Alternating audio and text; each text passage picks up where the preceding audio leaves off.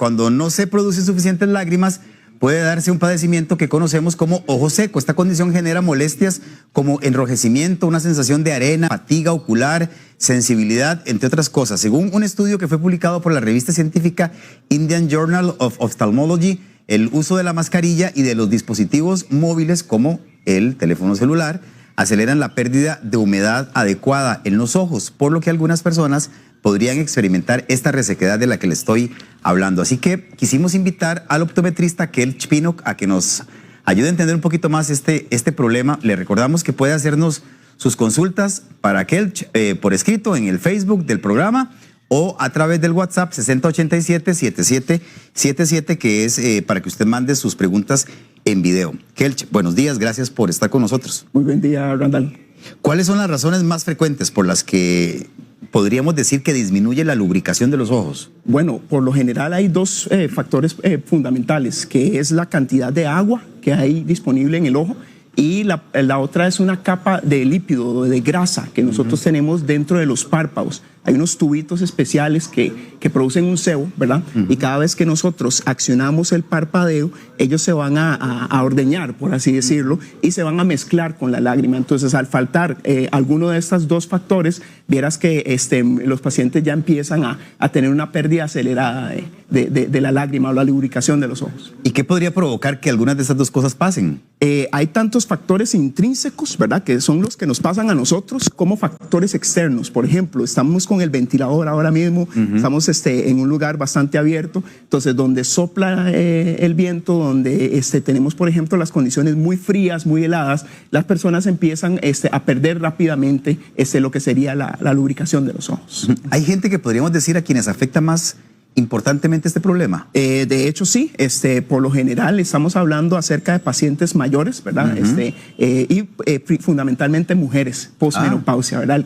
Los cambios hormonales hacen que los pacientes pierdan esa capacidad de que esas glándulitas lubriquen con el sebo adecuadamente. Entonces, pues la lágrima, que ahora es solamente agua en su mayoría, se va a evaporar mucho más rápido, ¿no? Bueno, ya dábamos al inicio de la entrevista algunas de los síntomas, de los signos más comunes, pero vamos a repasarlos para que Kelch aquí nos ayude a cerrar esa idea. Parpadeo excesivo, enrojecimiento, ardor, picazón y visión borrosa. Esos serían, digamos, las cinco señales más importantes. Exactamente. Hay unos signos y síntomas, ¿verdad?, que nos van a indicar a nosotros que el paciente está pasando por esta afección. Por lo general, nosotros en el hospital lo abordamos de una manera muy integral, porque desde que el paciente llega a la consulta de óptica se tratan de detectar estos signos que, pues, si bien es cierto, empiezan como leves, ¿verdad? En los pacientes, después de eso llegan a complicarse. Por ejemplo, a veces incluso mamás que refieren que los niños están parpadeando mucho cuando están utilizando las tablets. Hay pacientes que los ojos se les ponen irritados ya al final de la tarde, más o menos como tipo 5 de la tarde, empezás a ver los ojitos se les ponen muy rojos. Arde, ¿verdad?, o enchila, que eso es lo que refieren también muchas personas, y además de eso también que les pica. ¿Por qué? Porque el párpado también se empieza a llenar de microorganismos, de bacterias. Entonces, por ejemplo, el paciente refiere mucha picazón y la visión borrosa, que mucha gente no pensaría que la lágrima pueda causar una visión borrosa que estorbe. Realmente la lágrima es el principal medio óptico que necesitamos que esté en buenas condiciones para que las personas tengan visión borrosa. Entonces, esa es la famosa visión que la paciente dice que cuando parpadea se le mejora. Entonces, sí hemos tenido muchísima consulta. De hecho, uno de los primeros puntos de consulta a nivel de oftalmología es el tema del ojo seco, pero viera, Randall, que hace poquito vieron que era el motivo de consulta más alto, pero el que tenía menos tratamientos. ¿En serio? ¿Verdad? Exactamente. Y ahora lo que hicieron, por ejemplo, por lo menos el grupo que estamos en el hospital Unive, tratamos de integrar para poder darle un mejor abordaje a estos pacientes. Sí, le quería preguntar si estos síntomas se presentan, ¿de una forma agresiva desde el principio o es algo que va en crecimiento, digamos, en desarrollo? Cada vez yo siento más los síntomas. De hecho, sí, viene empezando leve, ¿verdad? Empieza leve. Hay algunas personas que empiezan con visión borrosa, por ejemplo.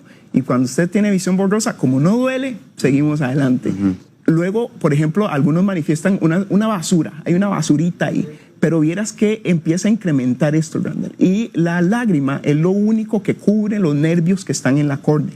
Entonces, cuando la lágrima se empieza a perder, la córnea empieza a doler fuerte, de tal manera que los oftalmólogos que atienden el caso con nosotros en el grupo tienen que incapacitar a la persona ya, a esos niveles, porque realmente no puede estar enfrente del computador por mucho rato. Claro.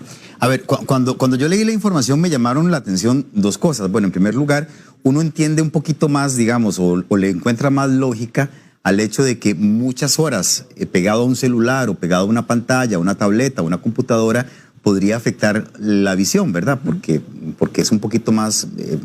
a ver, uno piensa que tiene un poquito más de lógica, pero cuando leí que el uso de la mascarilla me llamó poderosamente la atención. Entonces quería preguntarle y quería pedirle que nos explique, bueno, ¿por qué estos dos factores creen ustedes han aumentado los casos de ojo seco? Excelente. Es más, por ejemplo, uno de los puntos que se manejaban mucho era la climatización artificial. Entonces sí, ya se sabía que por tema de climatización el paciente podía evaporar mucho más rápido. El aire acondicionado, ¿estás hablando? El aire acondicionado, estamos hablando de sistemas de calefacción, estamos hablando incluso en el mismo carro, ¿verdad? Los conductores, ¿verdad? Que están en el día a día manejando, se evapora más rápido la lágrima, tienen exposición al sol. Ahora, nosotros por lo general exhalamos el aire y se va, por ejemplo, al ambiente. Pero en esta ocasión, por ejemplo, ahora tenemos que poner un dispositivo frente a la nariz y a la boca. Entonces, cuando yo exhalo y si ese dispositivo no está bien ajustado a mi rostro, eso se va a devolver. ¿Okay? Crea como un vaho.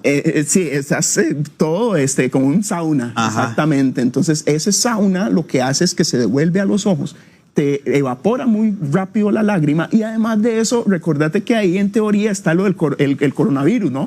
Okay, está el virus, están las bacterias, está todo lo demás. Ahí viene para dónde se va eso. Se devuelve hacia los ojos, se devuelve a los párpados y, por ejemplo, una pregunta que le hacemos a los pacientes, ¿cómo se lava usted los ojos? Nadie se lo lava. Sí, la gente siempre dice, mira, Dave, ¿con qué? ¿Cómo me baño? Realmente hay jabones especiales que no irritan los ojos, que podemos hacer, por ejemplo, en concentraciones pequeñas. Y aquí, por ejemplo, por eso es que la optometría también...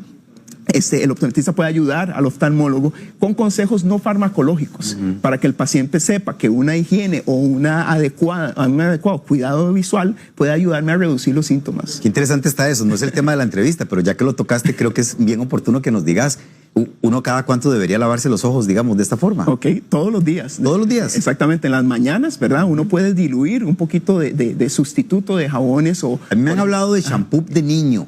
Que no provoca lágrimas, digamos, que uno agarra un poquito y se, ¿verdad? Exactamente, pero ese diluyámoslo primero. Ajá, okay. Entonces, por ejemplo, lo diluimos con agua y lo activamos, ¿verdad? Entonces se ve la espuma. Ajá. Y con esa espuma vos podés ponerlo en la parte externa de los párpados y lavarlo con agua. Eso incluido las pestañas, ¿verdad? Las pestañas es súper importante porque ahí en las pestañas a veces se nos ponen algunos ectoparásitos, unos acaritos dentro de las pestañas, que si nosotros mantenemos la limpieza, ellos no van a tener fuente de alimentación, ¿verdad? Entonces, por ejemplo, bajamos la cantidad de grasa y así el paciente va a sentirse mucho mejor también. Interesante.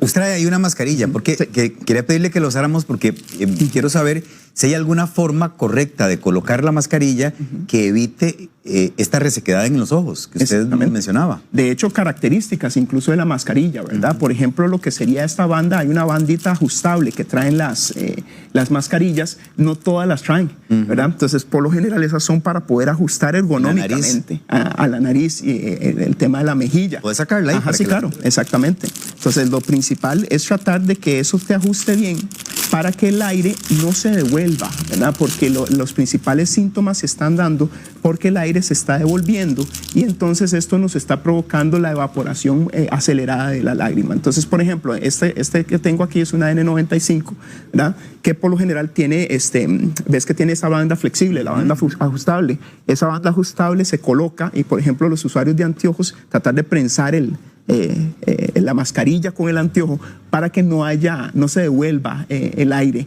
Hay algunos, por ejemplo, mascarillas, por ejemplo, que te pueden quedar grande, por ejemplo, a los niños. Sí. Tratar de buscar las pediátricas también, ¿verdad? Entonces, todo esto va a contribuir a que el aire no se nos devuelva a los ojos y que no se nos esté secando tan rápido. ¿El material del cual está hecho la mascarilla de alguna u otra forma contribuye? También hay algunos pacientes alérgicos, ¿verdad? Por ejemplo, nosotros hemos abordado, por ejemplo, el ojo seco no solamente como un tema directamente, revisarte los ojos, sino que también hay pacientes con problemas de piel que pueden también presentar resequedad, ¿verdad? Hay algunas patologías que el oftalmólogo evalúa, por ejemplo, la rosácea, que va a influir también mucho en que estos pacientes tanto se llenen de microorganismos y además de eso favorezcan la inflamación, que al final es lo que pasa cuando la lágrima se va deteriorando, el ojo se va inflamando.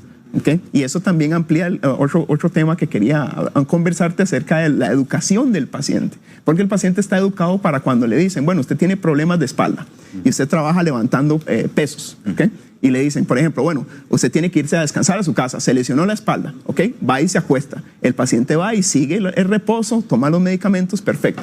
Pero ¿qué pasa con el ojo? El ojo se lesiona. O sea, cuando usted empieza a sentir esos dolores es porque el ojo está lesionado. Entonces le decimos, bueno, tiene que descansar, pero lo primero que hace es que se acuesta en la cama y enciende el televisor, ¿verdad? Entonces empieza a ver, ¿cómo se llama? El streaming, ¿verdad? Por horas, y eso sigue el proceso inflamatorio del ojo del paciente, ¿verdad? Qué interesante. Ya vamos a hablar de cuáles podrían ser las consecuencias del ojo seco, que también me parece fundamental, pero antes hablemos de la otra causa que usted mencionaba, que es el uso de dispositivos electrónicos. ¿Por qué la alta exposición o la exposición por horas podría provocar ojo seco? Excelente, sí. Esa es una muy buena pregunta. De hecho, ya hay estudios clínicos que han medido la frecuencia del parpadeo, ¿verdad? Uno tiene que estar por lo menos consciente de que el ojo cierra, ¿verdad? Cierra y abre. Yo he tenido pacientes que cuando llegan a la consulta y estamos viéndolos apenas en la óptica, uno les dice parpadee y el paciente ni cierra la hendidura palpebral. La hendidura palpebral debe cerrarse para que la lágrima pueda distribuirse de una manera adecuada sobre el ojo. Y lo que se ha visto es que cuando el paciente está leyendo o está prestando atención a un dispositivo o manejando, parpadea menos, ¿ok? Y a la hora de parpadear menos, la lágrima se evapora de una manera mucho más rápida de la superficie. Y hay, digamos, un tiempo máximo que ustedes recomiendan que uno debería pasar frente a la computadora o frente a la pantalla para evitar este problema. De hecho, ese es otro consejo no farmacológico, ¿verdad? Que nosotros también ayudamos al oftalmólogo en la consulta a dar. Es la regla 20-20-20. No sé si la has escuchado antes. He escuchado algo, pero recuérdenos. Okay. Que hablan acerca de esos 20 minutos de trabajo. Entonces, usted está 20 minutos frente a la computadora, usted debe tomar tiempo para descansar por lo menos 20 segundos. Y como la regla está en Estados Unidos, ¿verdad? Que hablan acerca de pies, debes por lo general ver una imagen que está a más de 6 metros, sería en nuestro idioma, ¿verdad? Entonces ahí se cumple el 20-20-20 y eso permite que el paciente descanse de lo que estábamos hablando actualmente para que el ojo se pueda reparar. Hay que darle tiempo al ojo de reparar. Ok, eso me parece fundamental porque es que la gente pasa mucho tiempo en trabajo, digamos, no hablemos de la gente que lo hace por ocio, sino la gente que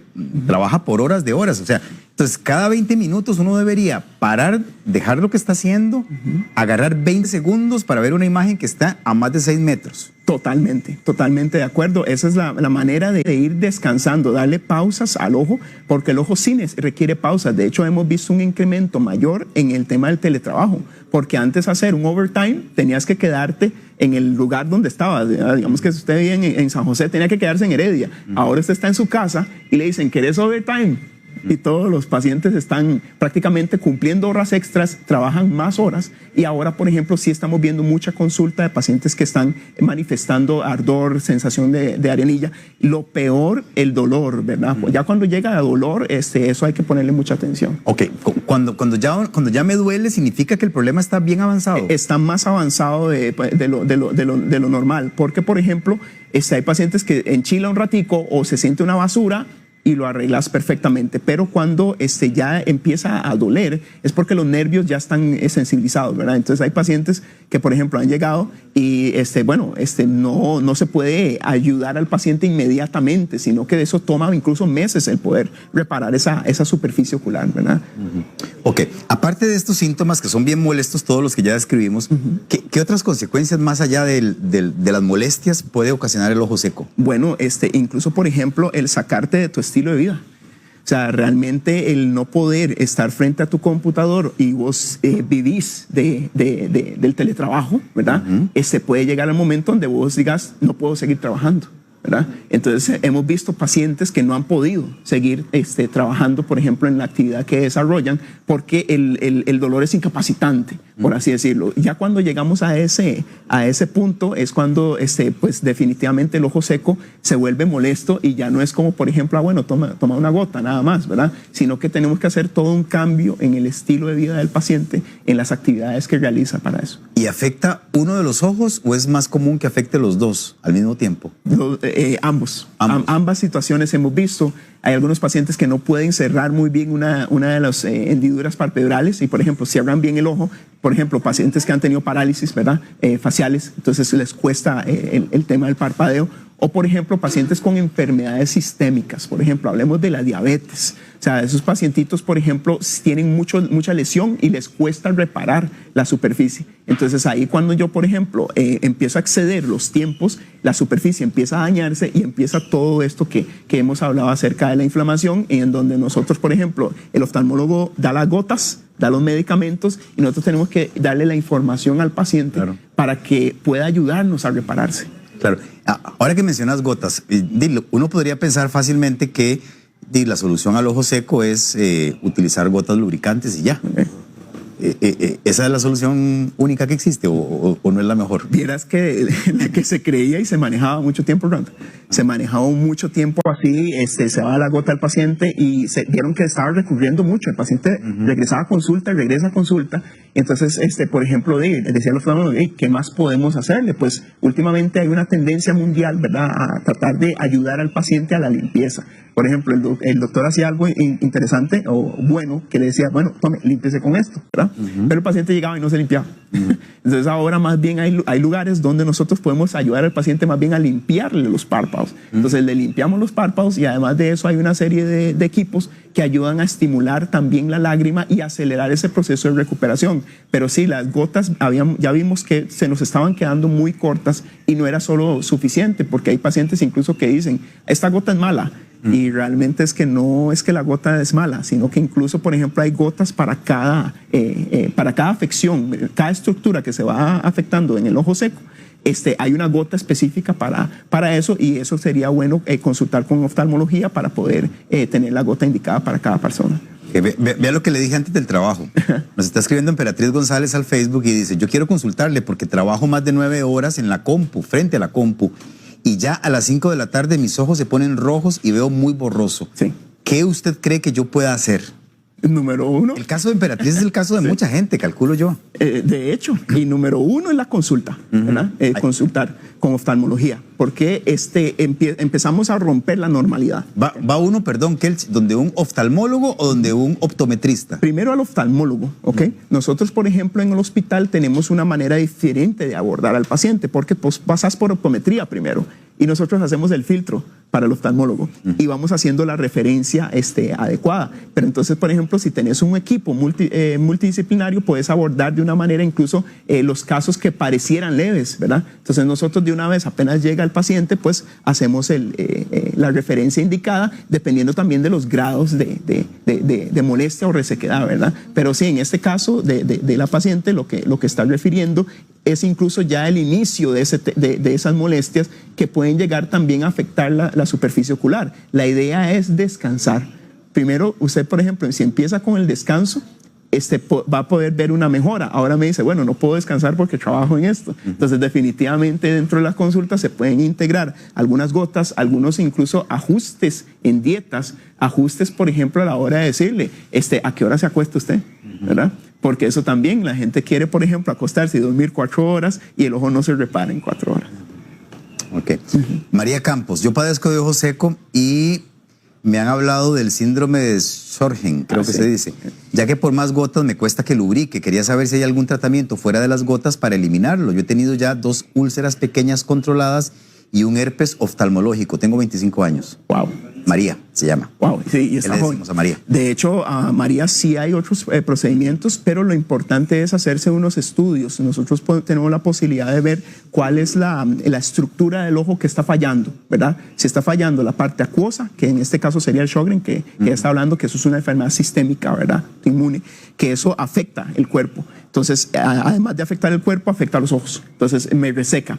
Y luego también están, por ejemplo, las glándulas, que son las glandulitas de meiomio, que estas nosotros podemos evaluarlas junto con oftalmología también a nivel de microscopio para que nos diga cómo está el estado. Entonces, dependiendo de cómo están esas estructuras, podrían haber tratamientos adicionales que podrían ayudarle a reducir ese tipo de eventos. Ok, Cristel Flores, yo tengo un bebé de 1 mes de nacido y no bota ni una sola lágrima, parpadea muy poquito. ¿Uno puede nacer con un padecimiento que le provoque ojo seco? Pregunta. De hecho, sí, y sería, en ese caso es bueno consultar inmediatamente con el oftalmólogo pediatra. O sea, no dejar que pase el tiempo, porque uno ha visto también que los jóvenes reparan mucho, pero ya conforme vaya pasando el tiempo, ya esa superficie se va a ir dañando y aparecen por ejemplo, los daños a la córnea, como mencionó la paciente anterior, que son las úlceras, ¿verdad? O sea, aunque sea un bebé tan pequeñito, igual puede llevarlo a una consulta. Pueden haber, sí, exactamente, sí. Hay oftalmólogos pediatras, incluso el hospital de niños es excelente también para abordar esos casos. Okay. Te mandan una pregunta en video. Vamos a verla. Okay. Buenos días. Mi pregunta es, ¿uno puede llegar a perder la vista por el ojo reseco? Porque yo tengo una visión borrosa ahorita, porque tengo molestias en los ojos. Me pica, me arde, siento molestia. Y en ese caso, ¿qué puede hacer uno? ¿Cómo se puede ayudar para que el ojo se mantenga humectado? Okay. Muy buena pregunta. Sí, claro. No, de hecho, eso es, digamos que dejarse mucho, ¿verdad? Ya cuando uno llega a tener tantas cicatrices y tantas úlceras, por ejemplo, a nivel de los ojos, como para llegar al punto de perder ya la visión, es porque no lo dejamos. ¿Y cómo yo inicio a dejarme de eso? El no consultar. El no ir, por ejemplo, a un profesional a preguntarle, a decir, mira, ¿qué más puedo hacer para poder disminuir estos síntomas? Incluso, como le dije, cambios en el estilo de vida, a la actividad, ¿verdad? Hacer ejercicio, bueno, supervisado también. Eso ayuda mucho a bajar la inflamación también y a regular los procesos del cuerpo. Muchas veces yo hablo con los pacientes y le digo que el ojo, por ejemplo, lo que pasa en el ojo es como una voz, una indicación de que algo no anda bien en el cuerpo muchas de las veces. A veces es solamente ocular, pero muchas de las veces es un tema sistémico en lo que comemos, en lo que hacemos, en donde estamos expuestos. Está bien interesante. Lo que pasa es que hay que escuchar esa voz. Sí. A veces nos hacemos los loquitos, ¿verdad? La voz nos habla y no le ponemos atención. Hay otra pregunta para vos en video. Ok, perfecto. Mi consulta es la siguiente. Yo padezco de la visión borrosa, muy borrosa. Con lentes siguen borrosa, sin lentes es peor, pero con lentes, el lente me disminuye un poco la borrosidad. A mí el doctor me manda unas gotas que se llaman fluorometolona 0.1%. Me manda 2 gotas cada 12 horas, pero no siento la mejoría. ¿Hay alguna otra cosa o alguna otra opción? Muchas gracias. Bendiciones. Igual para usted. De hecho, sí, Randall, en ese caso estamos viendo el tema de la inflamación. De hecho, esa gotita que le dieron también hay que tener mucho cuidado y siempre tratar de hacer que el oftalmólogo sea el que la indique, porque hay tiempos donde se puede usar, ella no se puede usar por mucho rato, ¿ok? Y ahí lo que está tratando el profesional de hacer es desinflamar la superficie. Sí, en efecto hay otros tipos de tratamientos que podrías consultar. Como les dije, todo empieza por el estudio, porque sí necesitamos saber cuáles de las estructuras están fallando para poder abordarlo de una manera adecuada. Si vos no sabes cuál estructura está fallando, vas a mandar gotas por todo lado. Y entonces nosotros, el equipo que estamos allá, estamos más enfocados en superficie. Claro. Hay un especialista también en córnea. Entonces ese especialista en córnea viene preparado para poder ayudarle a usted a tratar de orientar, por ejemplo, lo que serían qué tipo de gotas y tratamiento deberíamos de utilizar. ¿Cuáles son sus, ya para terminar, sus recomendaciones generales para prevenir, digamos, este padecimiento? Bueno, súper bien. Entonces la consulta anual está... Una vez al año uno debería irse a ver. Por lo menos, ok. Al sí, menos. Por lo menos una vez al año para ir detectando estos casos leves. Como le dije, incluso desde la parte de la revisión óptica, nosotros ya podemos saber que el paciente está teniendo pérdida o evaporación excesiva de la lágrima. Luego Luego, por ejemplo, el tema que siempre le digo al paciente, como dicen, una manzana al día mantiene al doctor alejado en inglés, ¿verdad? Ajá. Por lo general, esto es importante, la salud, o sea, la actividad física, la buena nutrición, por ejemplo, ayuda al paciente a que las glandulitas, que son las que producen la grasa, el aceite, le produzcan un aceite de oliva y no una manteca que se queda pegado en los conductos y entonces no me permite lubricar los ojos. O sea, eso, digamos que es uno de los puntos importantes. Dormir. O sea, el dormir bien, 7 horas, Randall, vieras que eso ayuda a reparar mucho a los pacientes. Descansan, por ejemplo, esos pacientes y se ve la mejora, donde van reparando también la superficie. Cuando ya el doctor hace las indicaciones farmacológicas, eso va a ayudar a que todo el proceso, se integre y que mejore mucho más rápido la superficie del paciente. Bueno, muchísimas gracias por todas estas recomendaciones y por toda la información. Kelch Pinnock es optometrista y les voy a dar un teléfono y un WhatsApp y además les voy a decir que lo pueden ubicar en el Facebook del Hospital Unive, que ya ustedes han estado viendo ahí en la información en la parte inferior de su pantalla. El teléfono es el 2297-6300 y el WhatsApp 8626-4707, ¿verdad? Allí les consultan y ustedes con mucho gusto, estoy seguro, les Excelente. ayudan. Gracias. Perfecto, Randall. Muchas gracias. Ha sido un placer.